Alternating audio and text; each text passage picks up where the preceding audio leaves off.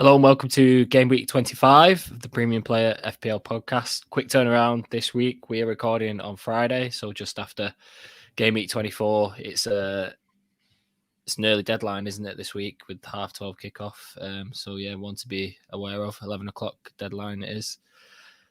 So yeah, not much time to turn around. Plenty to talk about with the first double game week this week as well, and there's going to be plenty of doubles now for to the end of the season. So that'll be interesting. Although the first big hitter double is a team that isn't doing too great, is it? Yeah, Man United. A lot of people are annoyed having the United players still in the team. Feel like you have to keep them because of the double. It's a little bit how I feel with Ronaldo. But yeah, it should be interesting. I imagine some people might skip it. It's an interesting one. If people have Salah, maybe they'll skip the United double and just captain Salah. But we can talk about that later. Anything else stand out you want to talk about before we get into things? Not really. We'll obviously touch on our scores, which will become clearer. But yeah, one game in particular we were talking about before we started the pod that I was just fuming at. Really, kind of summed up my season. So yeah, without further ado, we'll get into it. If you're watching on YouTube, please like and subscribe, and also if you whatever platform podcast you will be tuning into, it will be much appreciated. So thank you. We'll start with your team, although it seems whenever we do go live these days, my laptop starts to play up, so that'll be interesting. No, there we go. Let's just give it a minute, see if anything fucks up before I get going. No, I'm joking. Yeah, it was. Did you notice quite a few people missed the deadline this week? A lot of people got caught out by the shoot. Was it 7:30 kickoff? Was it? Oh. Can't remember exactly, yeah. But yeah, like Magnus Carlsen, famous FPL chess player, missed the deadline. I kind of wish I'd maybe missed the deadline. So as I was saying to you just before we started, captain was bust on Jota before I started, and I brought in Dean, which I've now realised has priced me out of a move I wanted to make this week, which poor foresight for myself. But my move this week was Luca Dean in for Alonso. I needed to get rid of one of my Chelsea players because I've also got Mount, so that I could field the full team this week. And I went for Cancelo just because I knew that Brentford weren't going to score. So I thought that's a decent floor. And then with the amount of shots he takes in a lot of games, there's a nice ceiling there as well. But so yeah, when I was watching bits of that game between some of the other games, I was just seeing him like letting fly 6 shots and some couple of decent saves. One whistled over the bar. It felt like from Guardiola's reactions, he was willing him to score as well. Like a lot of the time when players shoot from distance, he's like, "What the fuck are you doing? That's not how we play." And then whenever Cancelo gets the ball, he's like, "Yeah, go on." So yeah, a little bit disappointed. But yeah, it could have been worse. At least got the clean sheet points. I think Pep after the game said he was the best winger on the pitch, which that sums him up in a nutshell, doesn't it? Yeah, I feel like I can't remember ever captaining a defender and it properly working out. I think I've already cried about that many times when talking about when Stones got those headers and I didn't even have him. But yeah, I need for my FPL CV, I need at some point to have captain, defender, and got Hall. Otherwise, I can't. I just feel like I'm missing something on my credentials compared to everyone else. Anyone else in my team I want to talk about? Got a bit lucky with Dawson coming on. Calvert-Lewin not featuring meant that Craig Dawson came on, and that's about it really. Nothing else to write home about. Most players, other people have already got. I guess I'll just say for Luca Dean, he was quite involved in an attacking sense, but just didn't expect Aston Villa to concede that many. I guess the other talking point of the week, Zuma.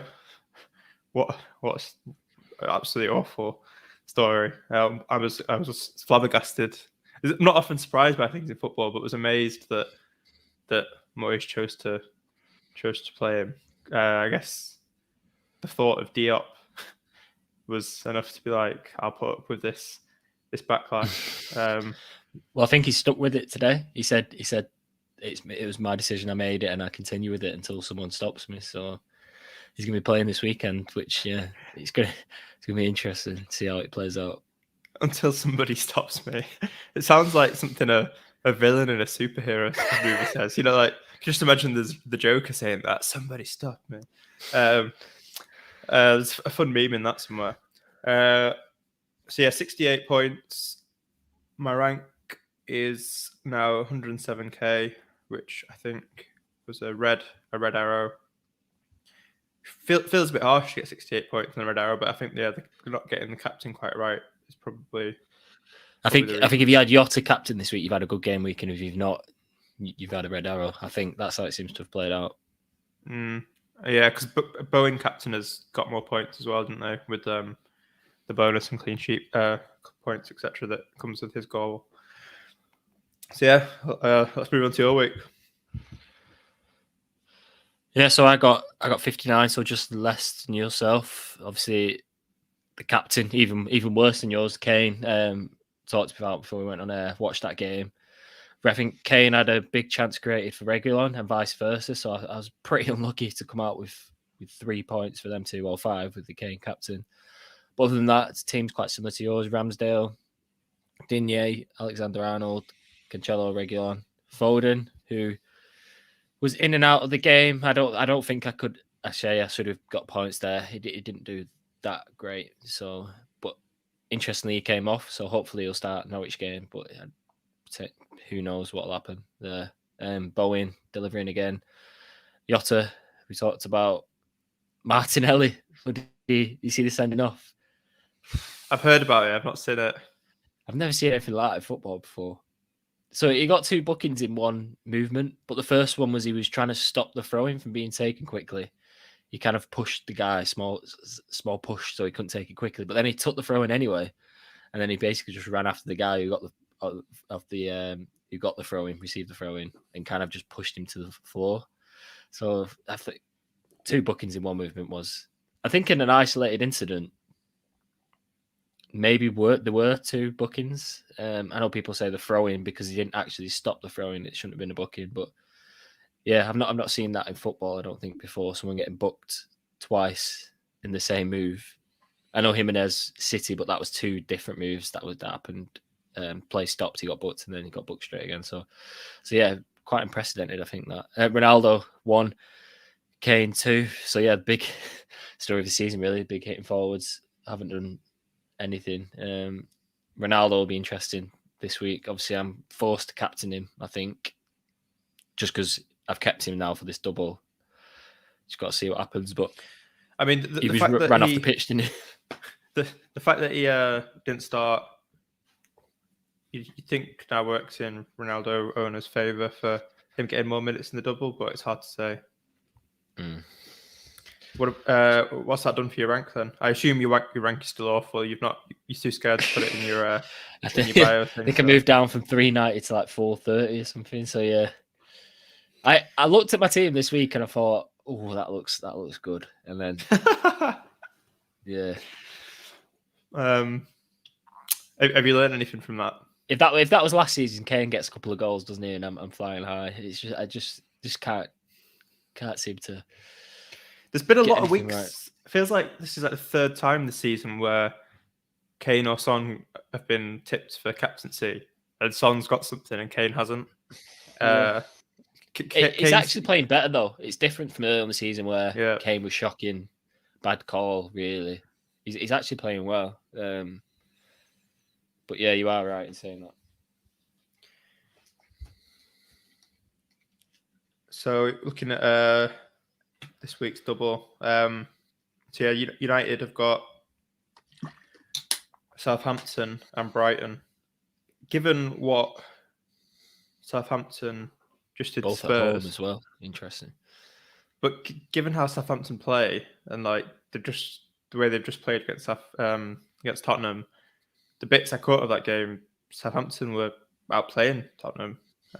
Ward-Prowse was looking really, really decent. I don't know. I'm even less enthused about this double now, given what's just happened, than I was before, because Brighton also on their day can make it really difficult. They don't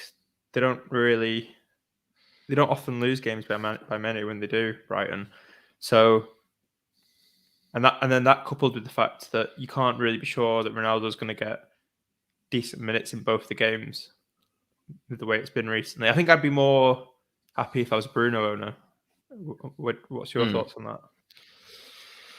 Yeah, definitely. I think there's more security over start there, and in playing both games, getting 180 minutes.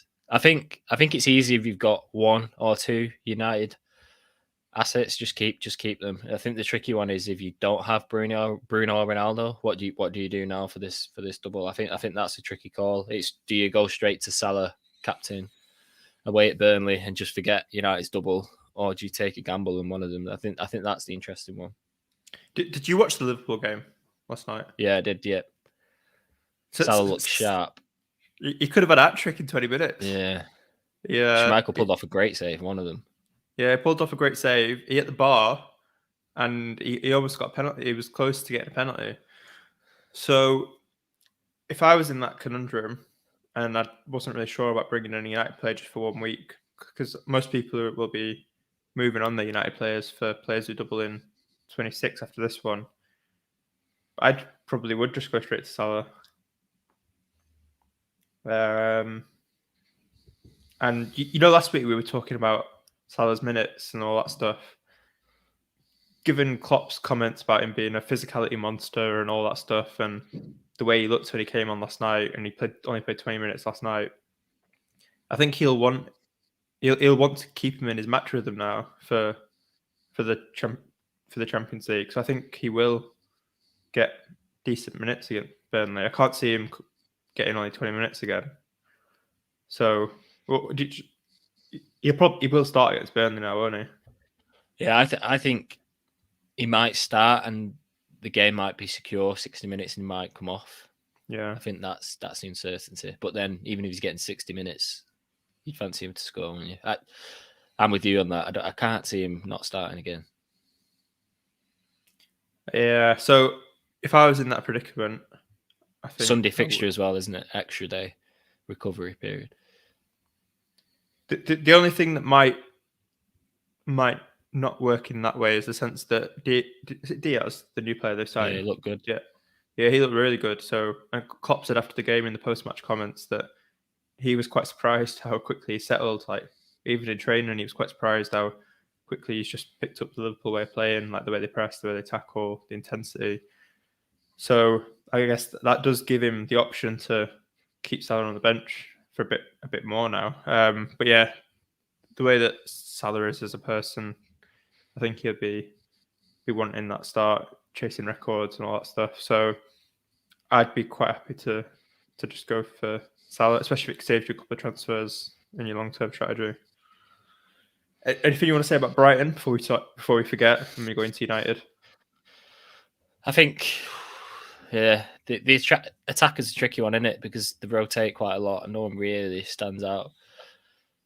I think Sanchez is the obvious one, isn't it? And then defense, Cucurella. But then I was listening to the FPL Wire. He actually played centre half with Dan Burn gone, so that might minimise his threat.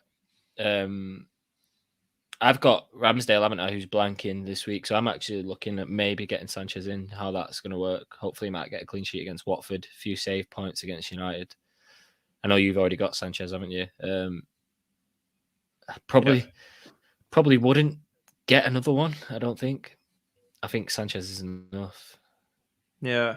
I think I wouldn't be overly worried about getting a Brighton asset. The only thing I would say if you do get one, depending on your strategy, is the fixtures after this double are fine, like they're not bad. So if you're wanting to get one in and it helps you fill a gap in your team, the midterm fixtures are good enough. So So yeah, it's just a shame that they don't have a decent attacking option because there's probably a lot of people who've got the King Dennis double up that would have liked a Brighton striker to have gone to, but yeah, you can't really with the way it is.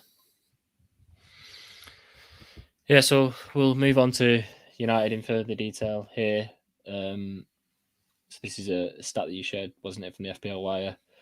They've obviously got this from Fantasy Football Scout. So this is just expected goals involvement. Do you know how many games this is over, actually? Is it the last 5, potentially, I think? It's usually the last 6, I think. Last 6, but, right. Yeah, as you can see here, Bruno's top, isn't he? Rashford, who's playing a lot better. But Cristiano Ronaldo, mid-table, still getting plenty of shots. I know he's second behind Kane. I think his last 5 games for shots, but in terms of the quality of shots, not necessarily that great. Yeah, I wasn't expecting Bruno to be this clear on this table. I think that was my take. Also, Rashford being that far above Ronaldo was surprising. But yeah, Rashford has looked a lot better recently. He's taken his time to get back into his rhythm, but it's just his decision making seems better now when he's choosing to shoot, how he's looking to finish. Pope had to make some decent saves from Rashford against Burnley, whereas when Ronaldo came on, the chances that came to him, sort of difficult headers, not great chances.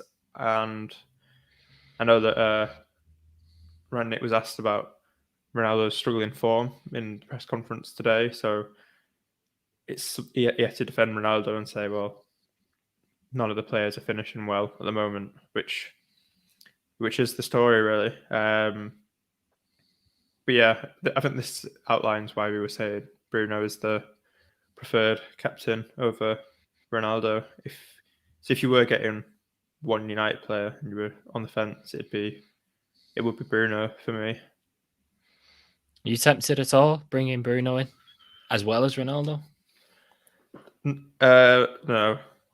I think it's just committing to a hit next week and stuff, isn't it? It makes it harder to get Salah. It makes messes everything up basically. So no. If United were in better form, maybe it'd be a harder decision. But the goal scoring form is poor. There's still a lot of bad comments coming out, like leaks from the training ground saying they're not enjoying training, they don't understand Rangnick's coaching style, etc. How much of that you could believe, I don't know. But there's been so much talk about United players being divas and prima donnas that you're inclined to believe it, really. So I just don't feel that infused about this United double. So as I've been hinting, I might not even captain Ronaldo, even though I've got him.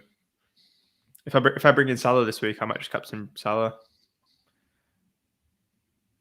Because, there's been a few occasions recently where it's 50-50 decisions and you've gone in favour of the person who had the double, and it's been the single game week player who's done better. And it's like, we said a couple of times, like, yeah, maybe we shouldn't get so skewed by doubles. I wonder if this is one of those. What are your thoughts there? Are you getting Salah this week, or are you waiting? Well, I've got 2 transfers, so yeah, we'll save that for the end. Then save that for the end. Yeah, I'm not sure what to do with him yet, but yeah, Salah's top of the list. Another man who people are looking at is this guy here. Could have picked a better, flattering picture, but it's obviously from our Twitter account that Mindy's put out. Wout Weghorst, is that how you pronounce it? But anyway, he was brilliant, wasn't he, against United? I thought arguably the best player on the pitch. Whether he can follow that up, obviously United's big game for Burnley. That intensity that he brought was incredible. So whether he can do this for these 4 games, if he can, he's going to get plenty of chances, isn't he? Yeah, so just to explain for podcast listeners, the reason I put this tweet in is it shows the 4 games that Burnley now have got in a double-double. So Brighton, Tottenham, Palace and Leicester. I think what's interesting with those fixtures is that Tottenham have just conceded 3, Crystal Palace are off all the way from home, and Leicester can't. Leicester start with a 2-game with 2 goals against them in every game. They're just that bad at defending. So especially set pieces where you think this guy's going to be pretty impactful for them as well. So for my team, Calvert-Lewin to Old Woot looks nailed on at the moment. Woot. That's I was hoping I'd get more than 4 likes. That's the reason I put this in, just to encourage people. Is it Woot or Vout? That's what I. Yeah, but I was going for the play on the words of his name and people. You know, when people say whoop whoop, like. So if you want more of this top class sensational banter, you've got to follow us on Twitter at @premium_FPL. Yeah, the image, the GIF was him sticking his tongue out in a sort of nonchalant way, which works for the GIF, but the way you framed it here, the still you've got makes him look like he's about to throw up or something, which doesn't quite work. But it did work on social media. Trust Callum to mess it up for integrating it into the podcast. Thanks for that. Anyone else from Burnley? You have to put it in. Anyone else from Burnley you considering? Pope's probably the one who stands out, isn't he? For those looking for a goalkeeper, I think he's got a phenomenal points return the last 4-5 games. But it is off the top of my head, but yeah, I think it was definitely the best in the league. So yeah, he's probably one who I'd look at. But Arsenal's fixtures look good other than the blanks, don't they? So probably wouldn't want to do Ramsdale to Pope. But yeah, I don't think anyone else. I've seen a few people mention Cornet. Yeah, but the midfield's so precious now, isn't it? Not sure he could be his. No, but I mean, the midfield's like the best position this season. It was just interesting the way you described it, like Gollum out of Lord of the Rings. My precious. I just don't think he's as like his ceiling isn't as high as the other players in that position, like Bowen, Foden, Jota, and other people around his price. So.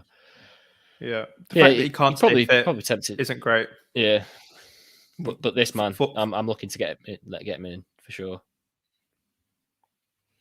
So yeah, we're aligned on that one. I think Cornet with the games in quick succession, he'll either have to be managed or he'll get injured, and it'll be maybe an annoying one, a bit of a wasted transfer potentially, but.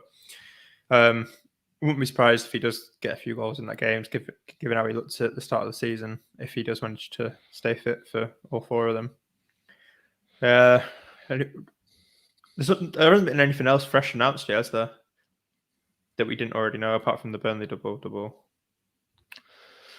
No, just the potential that you mentioned to me was the game week 28, Arsenal, Chelsea potentially doubling as well. So I think Arsenal... They have 2 blanks coming up now, but potentially 2 doubles as well, don't they? And then the fixtures are good after that. So I think if you can afford to hold your Arsenal assets, I think that potential, especially because there isn't too many there isn't any Arsenal assets that cost too much to have on your bench. If you get what I mean, potentially Lacazette if you've got him, but not many people. But people like Saka, Martinelli, I know he got sent off, but he's only like 5 points something mil. Ramsdale. All under 6 million, 7 million. So yeah, I think hold the Arsenal players that you've got. Yeah, I think this is where having a clear idea of what chips you're using when and how you're going to navigate Arsenal blanks and all that stuff. That's where that comes in. On Martinelli, it's worked out all right for me because I'm still holding Smith Rowe. So I'm hoping now that Smith Rowe will come into the team and keep his place if he plays well, just in time. Yeah, that Martinelli sending off summed up my luck this season because I think everyone would be looking to get him in, won't they? I thought I might have got ahead of the curve, but yeah, joke. So which just for the people listening, we've got a chart up here showing some various chip strategies depending on how many free hits you've got left. This is from the Burning Questions stream that I think it's FPL Sonaldo and Prass_FPL that they do for Fantasy Football Scout. So it's a good video to check out for like in depth on strategy and the chips. But which one of these are you? Which one of these works best for your team? Obviously, you've got 2 free hits left.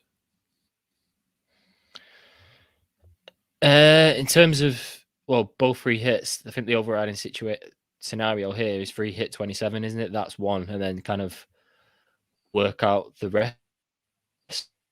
I haven't give the rest too much thought yet. I think I'm definitely going to free hit 27, maximize there, but I'm not sure about the others. How about yourself? So, to 27 is the week where it's Arsenal and Liverpool that don't play, isn't it? Yeah. So, because I've got one. And you want Arsenal players to maximize the other weeks as well. So I think that kind of is clear. Yeah, I think the only thing that's maybe if you don't, there's a lot of people who don't already have any Arsenal players though. They might not have any. Yeah. So you can just bench 3 Liverpool players and not use a chip then for that week. So I do think there is an argument to not use the free hit there, depending on what you do, where else you might gain more from it. But yeah. It's hard to say exactly without knowing everybody's team.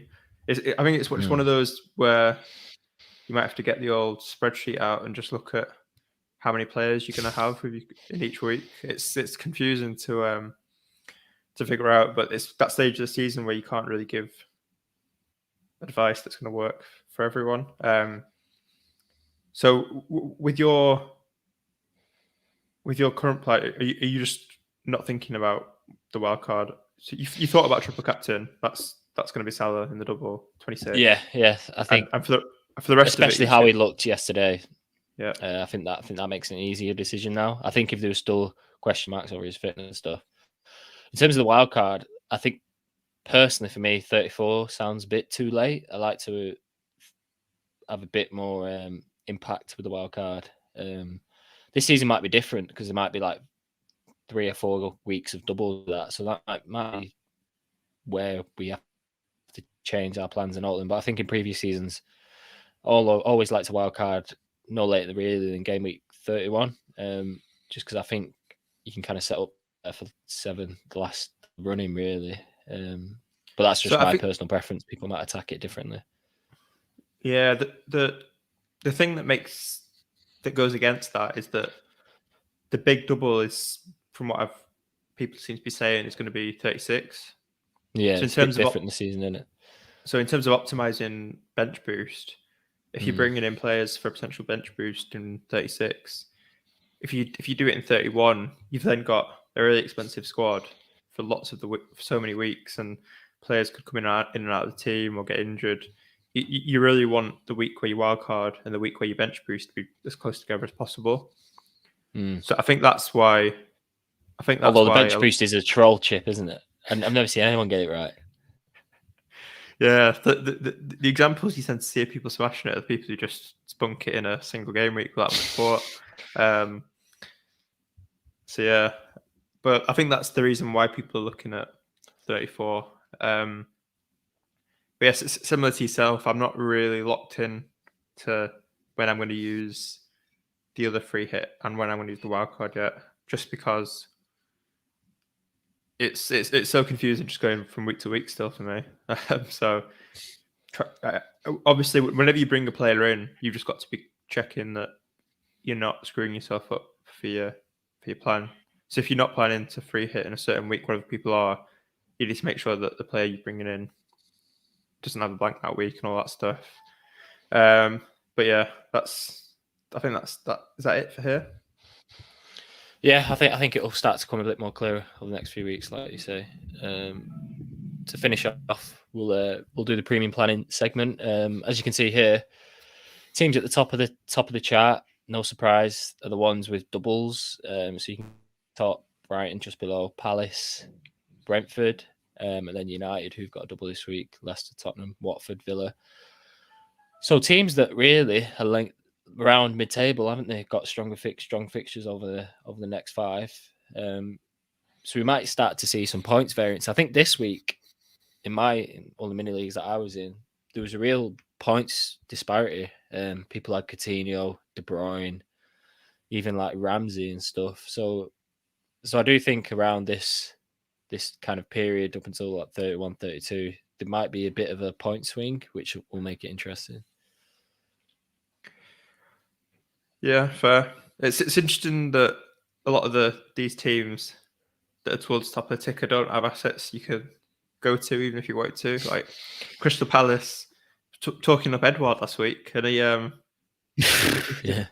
sorry if anyone listened last week and got Edward, but I'm not really sure what's happening there. Mateta is even more of an option. I did mention that Mateta was doing well. I didn't realize he'd been doing well enough to oust Edward that much. Vieira just seems like a horses for courses manager, doesn't he? Like he seems to play different teams depending on the opposition. Whereas some managers, they just play the best team week in, week out. He seems to rotate it a bit.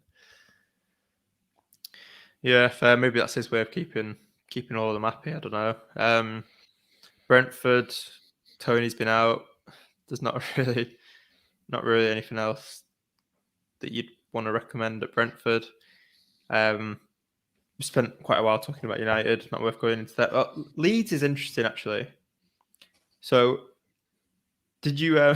What a game that was! I assume you were watching City. I was watching this game. Yeah, I watched the highlights. Yeah. Dan James. Dan James's finish was, and the amount of chances he gets in that Leeds team. If he can keep up even just a little bit of that level of clinicalness. Surprising what a good coach does to a player, isn't it? It's and Rafinha's you're benefiting from a lot of amazing chance creation with Rafinha in the team. So I don't know, getting a Leeds player in this week. If you've got Gray, Rafinha or Dan James is a decent transfer, I think, because you've got Everton this weekend who can't defend and have lost Yerry Mina, so are going to get even worse. Combined with Lampard's inability to coach a defensive team, it's just like a match made in hell that for Everton trying to concede less goals. And then they've got a double. It's not a great double, but Leeds score against anyone. So yeah, an interesting option there for people who need to replace Demarai Gray or Martinelli if you're getting rid of him. Yeah, tricky on that now, isn't it? Because Arsenal's obviously at the bottom here because you've got 2 less fixtures. But when you look at the double, Brighton and Wolves, and then Watford after that, it's quite small this. But yeah, the fixtures are, as we say, around those blanks are quite good. So yeah. In terms of captaincy of the next few, obviously we mentioned United or Salah, isn't it, this week? The week after, obviously it's Salah. Welcome back, Salah. And then 27 is when people start to have a decision to make again. Obviously, you got Liverpool, Arsenal, Chelsea, but all blanking. Worth mentioning that Leicester have a fixture now in 27, as well as the Burnley doubling. They were due to blank, but I don't think anyone's going there off current form. So, yeah, this week, isn't it? It's Salah or Bruno Ronaldo, I think. Yeah. So what's your transfer this week before we get to captain? It's tricky. Either Kane to Weghorst and Salah in for Maddison is something I've thought about. But then I kind of want Kane for 26 for the double, which makes it trickier. So it's whether I do them 2 transfers this week and then Ronaldo to Kane the week after. That's something I've thought about. But nothing else is really catching my eye, I think. So I'm currently, what's planned is Mount to Salah for me. Oh, well, it's a lot easier for you, isn't it? Although I was thinking before, when we were talking about the fact that Chelsea Arsenal might not have a double in 28. I was thinking maybe I should try and find a way to keep Mount, but it doesn't really make sense to do that. I had Mount one game in between 2 blanks, yeah. Yeah, especially with I had Mount in Chelsea's last double. He didn't even start both. So with the way Tuchel plays, the way he manages the team, you can't even be sure with Mount that he'll get both games in a double. So it's worth thinking about though, that Chelsea double, because if it does drop in as expected, some people still have Reece James. A lot of people who had Reece James and Alonso, they've maybe got rid of Alonso and kept Reece James. So like, if you can keep hold of Reece James now, he was in the squad for the Club World Cup, so he might be back in time for when Chelsea come back to having good fixtures, and so he might be someone we're thinking I suppose about. that's an argument to wild card, isn't it, as well, in 28, potentially, if Chelsea get that double. Because I think the fixtures are quite good after that, like you say. So, yeah, interesting. Yeah, just another thing to make everything more confusing. So the alternative is that I could just not bring in Salah and wait till next week, roll a transfer and captain Ronaldo like everybody else. So yeah, it's between those two things for me. Interesting. Anything else you want to add before we wrap up? No. So let's say you do bring Salah in, though. Who would you then captain? Who would your preference be? I think because I'm catching up ground, probably Ronaldo.